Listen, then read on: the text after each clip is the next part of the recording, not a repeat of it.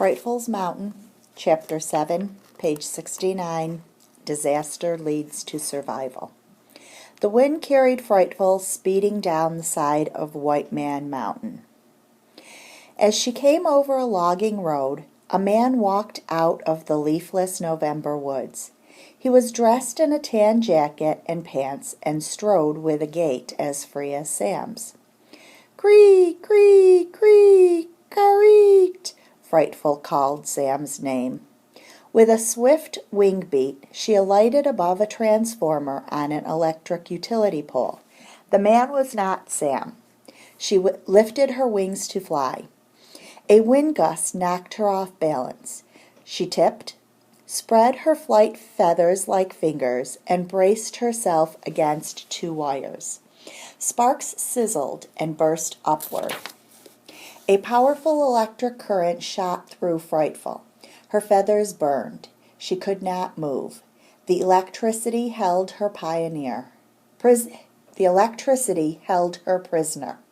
She passed out.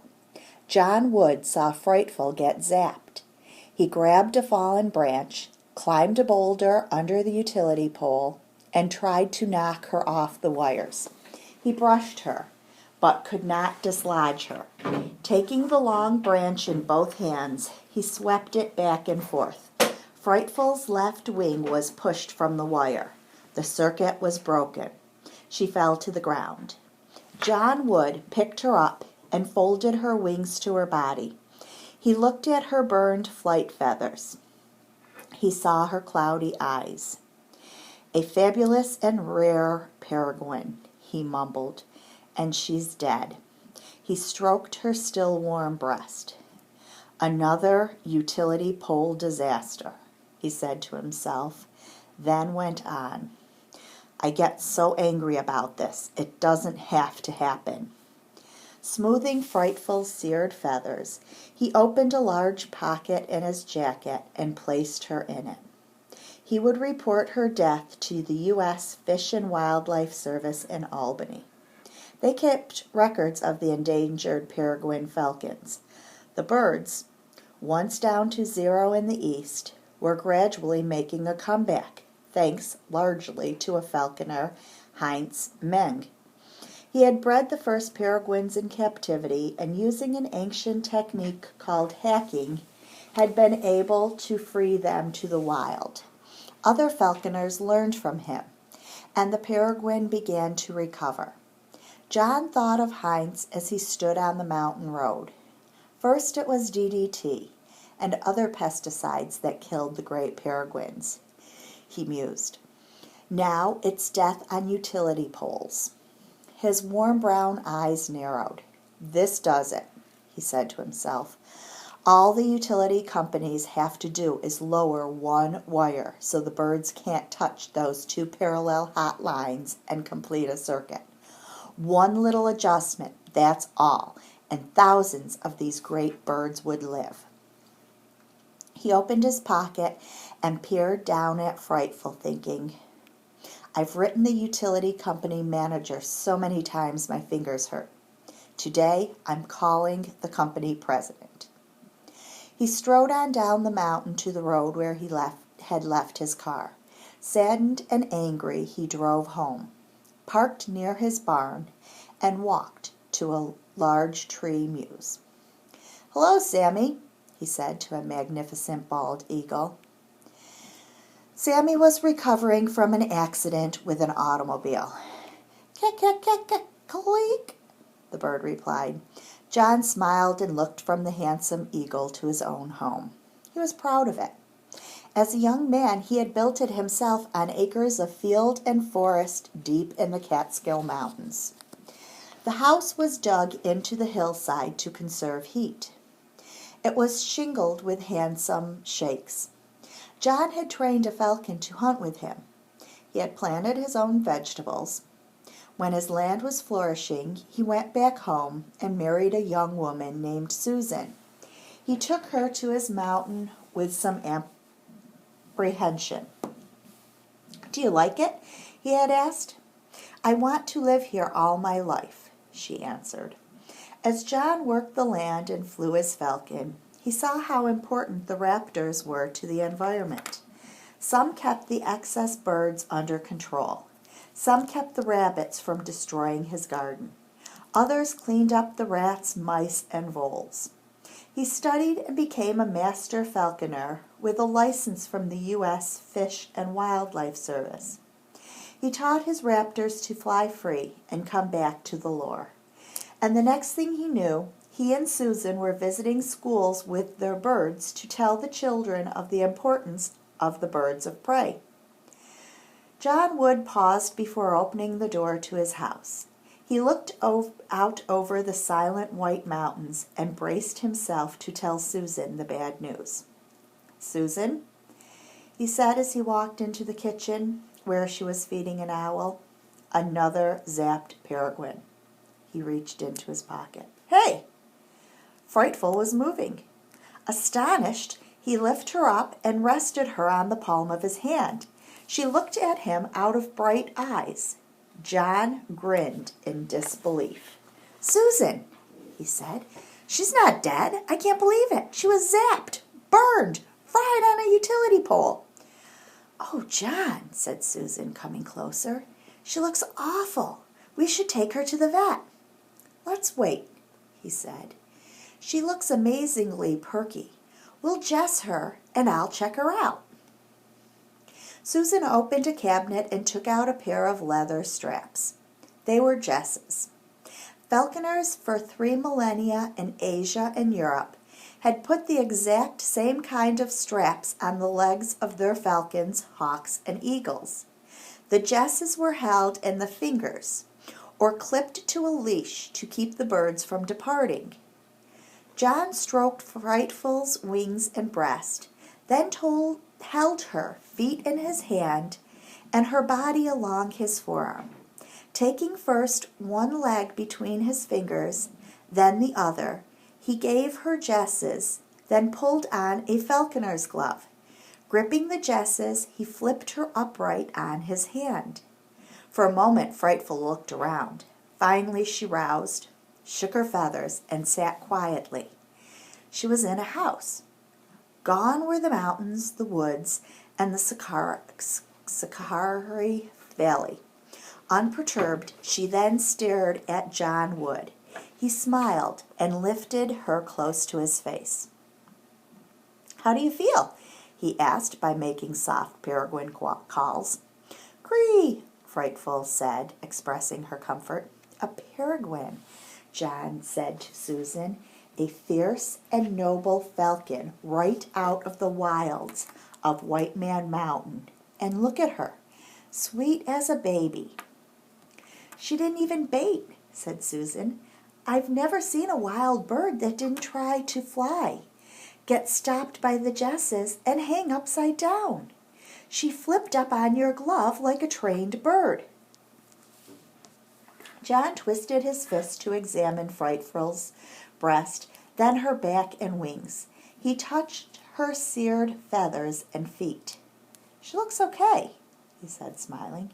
"I can't believe it. No flesh burns, no broken bones from her fall, nothing.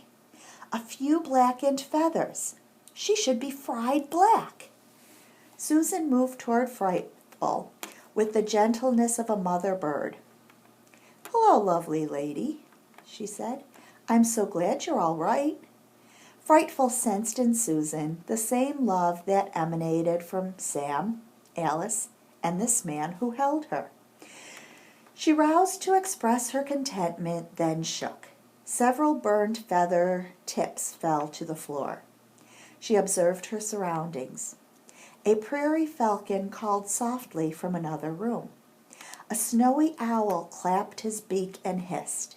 She saw rooms, tables, stoves, and daylight coming through windows. This was not Sam's hemlock tree home, but it did not frighten her either. John brushed away a loose feather from her head and put his hand on her breast. Her felt her crop, the upper portion of the gullet where the food first lodges after swallowing. It was empty. "You're awful thin," he said. "It's late for you to be up north here." Susan stroked the quiet bird. "What are you going to do with her?" she asked. "We'll fatten her up and let her go." "But not until spring." "Not until spring," he assured her. She wouldn't make it. He held Frightful close to his face and chirped at her. "What are we going to do with her tomorrow?" he asked. "We'll be gone for 5 days. We have appointments to show our birds at 7 elementary schools." "Maybe Anthony would drive down from Altamont and feed her," John suggested. "You know he's an apprentice falconer." "I have a better idea," Susan said. "We'll take her with us. We'll show the kids what utility poles do to birds." "Yes," John agreed wholeheartedly. "They should see her." Susan looked at Frightful's dark eyes. Frightful looked into Susan's eyes and beyond. "You're mysterious," she whispered. "The migration is over, and yet you're here. You're a wild bird, and yet you're tame. Where'd you come from?" "What do you know?" Susan tilted her head to delve the mystery, could not, and turned back to the job of packing canvas carriers with food, hoods, and jesses for the eagle, hawks, owls, and falcons. "By the way, John," Susan said, checking the list one last time, "what were you doing up on White Man's Mountain in the first place?" "Oh, my gosh, I nearly forgot." He dashed to the phone and dialed the number of the conservation officer for the Roxbury area. "Hello, Peter. This is John Wood. Yesterday I saw smoke rising about where Jeb Harper's hunting cabin is. He hasn't used it since he got rheumatism, and he never lends it out. I went up to check it today." "Trouble?" "Yes," he answered. "I didn't go too close because I heard a peregrine falcon call near the ground. Then men talking. I was unarmed." What do you think?" Peter Westerly asked. "Well," John answered, "that man Bate and his friend are out of jail, you know. Last spring they were selling falcons to an Arabian agent, and I haven't heard yet that they've reformed." "True," Peter Westerly said. "I'd better get Leon Longbridge from the Delhi area and go up there. He's been worried about those two ever since he learned that the Arabian agent, Scary, was back in the area. Sounds like they're up to it again. You heard a peregrine falcon, huh? And a goshawk. Oh boy, here we go." John hung up and told Susan that the falcon poachers were at work again. "Are you going to help catch them?" Susan asked. "I wish I could," he answered, "but we have a long day tomorrow and all the rest of the week. Leon and Peter are the ones to do the job anyway." When Frightful had eaten all her crop was round and full, John showed her a perch. She jumped to it, shook her feathers, and settled down. John scratched his head. "She sure is cooperative," he said. Frightful sensed she was among people who shared Sam's spirit. She turned her head and tucked her beak behind her shoulder. On her way up the stairs to bed, Susan stopped and contemplated Frightful. "You know, John," she said, "I have the funniest feeling that our guest is a trained falcon." "I've been thinking that too," he said. "She's so relaxed. But where did she come from? I'm the only falconer who can have a peregrine in this part of the state. What about Roger Hartsben?" "He's still an apprentice falconer," John said. "He won't be able to have one for 5 years." "Maybe she got away from someone in Canada," Susan offered. "But she's not name tagged. Falconers tag their birds in case they get lost and someone finds them." "She's a very beautiful bird," said Susan, admiring her dark head and large eyes. She came back down the steps and leaned over Frightful. "I wish you could talk," she said. "I think you have a destiny to fulfill." "That's it," she said softly. "I believe I've just spoken your name. You are Destiny." The next day, John Wood carried Frightful to a large mews on the hilltop and unsnapped her leash, holding on to her jesses. He opened the door. "Stay here for a little while," he said. "When we all come back from our school trip, this will be your home. It's big enough for you to get some exercise and catch your own food." He turned his fist until Frightful faced him. "When the birds return in spring and food is plentiful, I'll let you go. You can fly home." He peered into the calm eyes, wherever that is. John talked to Frightful just as he talked to all his birds of prey. They felt his affection for them in his voice and responded to it with lifted feathers and soft sounds. As Frightful listened, Sam came to mind. She called Cree. John held her against a padded board that stretched from one side of the mews to the other. She jumped up onto it and looked about. 3 sides of the big mews were wooden. A high ledge-like shelf was built into one corner. It somewhat resembled a peregrine's favorite nesting site, a cliff. Frightful did not fly to it. She stayed on the board. A ceiling protected the mews from rain and snow, but more importantly from the wild hawks and owls for whom everything that moves is fair game. Sunlight streamed through steel chicken wire on the 4th side. Frightful did not try to fly through it. John observed that. "Susan's right," he said to Frightful. "You have done all this before. Every other bird I put in here flies to the wire before it learns it's not free." Frightful shook her feathers, stretched one wing, and glanced out at the mountains. She was facing home and Sam. She pointed her beak in his direction. John went from one mews to another, hooding each occupant and carrying it to his tour van. He picked up a big, fluffy, snowy owl and put his nose into the sweet, dense feathers on his head. "You're going to have fun, Mr. Freeze," he said.